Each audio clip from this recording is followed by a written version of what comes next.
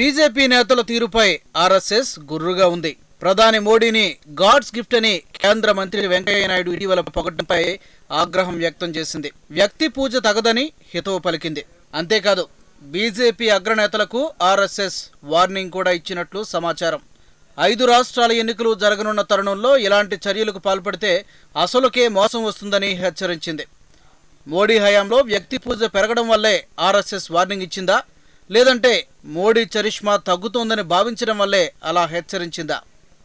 ప్రధానమంత్రి నరేంద్ర మోడీ ఇవాళ బీజేపీ ప్రభుత్వం ఈ దేశంలో పేద ప్రజల యొక్క సముద్రణ కోసం, ఉన్నతి కోసం చేస్తున్న కార్యక్రమాన్ని చూసి పేద ప్రజలకు శ్రీ నరేంద్ర మోడీ ఒక వరంలాగా పేద ప్రజలు భావిస్తూ ఉన్నారు. ఆర్థిక పరిస్థితిని చక్కబెట్టి ఇవాళ ఆర్థిక వ్యవస్థను సుసంపన్నం చేసి బలహీన వర్గాలకు, పేదలకు చేయూతనిచ్చే అనేక అభివృద్ధి సంక్షేమ కార్యక్రమాలను ప్రధానమంత్రి చేపడుతున్నాడు. అందుకనే పేద ప్రజలు నరేంద్ర మోడీ గారిని తమ పాలిటి వరంగా భావిస్తూ ఉన్నారు.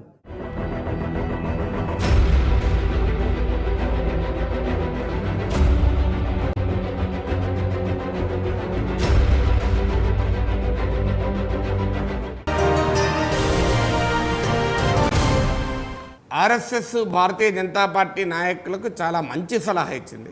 ఎందుకంటే ఇదేం కొత్త కాదు, ఆర్ఎస్ఎస్ గతంలో కూడా ఈ సలహా ఇచ్చింది. వెంకయ్య నాయుడు దొరికిన ప్రతి వేదిక పైన దైవదూత నరేంద్ర మోడీ అంటే ప్రపంచంలో మానవ రూపంలో ఉన్న కల్కి అవతారంలాగా వెంకయ్య నాయుడు ఆయనను కీర్తిస్తూ వస్తున్నాడు. వెంకయ్య నాయుడు సీనియారిటీ ముందు మోడీ కూడా తక్కువే. కానీ అంత సీనియర్ నాయకుడు రాజకీయాల్లో ఈ స్థాయికి దిగి వచ్చి ఒక రకంగా దిగజారి ఆయన దైవదూత, దేవుడు పంపించినటువంటి వ్యక్తి, ఇక దేవుడే అని అన్నంత పని చేస్తున్నాడు. అసలు ఇది ఇంతటి సైకో ఫ్యాన్సీ కాంగ్రెస్లో మనం చూసాం. ఇప్పుడు కాంగ్రెస్లో ఇందిరాగాంధీ టైంలో మన గుర్తు ఇందిరా ఇది ఇండియా, ఇండియా ఇది ఇందిరా అని దేవకాంత్ బార్వా అని ఒక పెద్ద మనిషి అంటే దేశమంతా చర్చ జరిగింది. ఈ కాంగ్రెస్లో ఉండేటువంటి సైకో ఫ్యాన్సీ అంటే ఒక రకంగా కాంగ్రెస్లో ఉండేటువంటి చెంచాగిరి అంటే నాయకుడికి పొగడాలి పొద్దున్న లేస్తే. ఎస్, మోడీ దక్షత కలిగిన నాయకుడనండి, మోడీ భారతదేశాన్ని అభివృద్ధి చేస్తున్నాడంటే అభ్యంతరం లేదు. కానీ దేవుడు పంపించిన దూత అంటే దేవుడు చెప్పే కళ్ళలో కనబడి వెంకయ్యనాయుడు గారు చెప్పారా?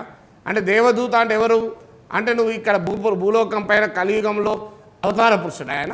ఎందుకు ఈ రకమైనటువంటి సైకో ఫ్యాన్స్ అర్థం కాదు. ఈ రకమైనటువంటి వ్యక్తిగత విధేయత, వ్యక్తి పూజ, ఒక పదవి కొరకు పదవిలో ఉండడం కొరకు చేస్తున్నాడనే విమర్శ వెంకయ్యనాయుడు లాంటి సీనియర్ నాయకుడు ఎందుకు అనుభవించాలి? ఖచ్చితంగా ఆర్ఎస్ఎస్ అందుకే వెంకయ్యనాయుడిని తప్పుపట్టింది. ఇది సరైన వ్యాఖ్యలు కాదు. మీరు వ్యక్తి పూజను వదులుకోండి, విధానాల గురించి ఆలోచించండి. మీకు గుర్తుండే ఉంటుంది, సరిగ్గా వాజ్పేయి అద్వానియా లోహ పురుష్ వర్సెస్ వికాస్ పురుష్ అని చెప్పి అద్వానీని లోహ పురుష్ అని, వాజ్పేయిని వికాస్ పురుష్ అని అంటున్నటువంటి సమయంలో సరిగ్గా ఆర్ఎస్ఎస్ ఇదే సలహా ఇచ్చింది. మీరు వ్యక్తి ఆరాధన, వ్యక్తి పూజ వదులుకోండి, మీరు విధానాల గురించి ఆలోచించండి. అందువల్ల ఆ రోజు కూడా నేను టీవీలో మాట్లాడుతూ ఆర్ఎస్ఎస్ ఇచ్చిన సూచన చాలా పరిపక్వత కలిగినటువంటి సూచన. It stems out of political maturity. RSS ఒక మంచి సదుద్దేశంతో పరిపక్వత చెందినటువంటి సలహా ఇచ్చింది అని చెప్పాను. ఆ లోహ పురుషు ఏమైంది? ఇప్పుడు మోడీ గారు వచ్చుడుతూనే ఈ లోహ పురుషు ఎగిరిపోయాడు. ఆ లోహం లేదు, పురుషుడు లేడు, కనబడతలేడు. ఎందుకు ఇది? అందువల్ల వెంకయ్య నాయుడు లాంటి స్థాయిలో రాజకీయ నాయకులు ఇలాంటి మాటలు మాట్లాడితే ఇక కిందోడు ఇంకేమంటాడు? ఈయన దైవదూత అంటే ఈయన దేవుడే అంటాడు. ఇంకా కింది కథలు దేవునికన్నా గొప్ప దేవుణ్ణే మోడీ సృష్టించిండని కూడా అంటాడు. అసలు దశావతారాలే మోడీ సృష్టించిండు, వైకుంఠాన్ని కూడా మోడీ సృష్టించిండు అనే స్థాయికి రాజకీయాలు వెళ్తే అది ప్రమాదకరం. రాజకీయాల్లో విలువలు ఉండాలి, రాజకీయాల్లో వ్యక్తుల పట్ల ఆరాధన ఉండకూడదు, వ్యక్తుల పట్ల గౌరవం ఉండాలి, రాజకీయాల్లో విధానాల ప్రాతిపదికగా ఉండాలి తప్ప వ్యక్తుల చుట్టూ రాజకీయాలు చేయకూడదు.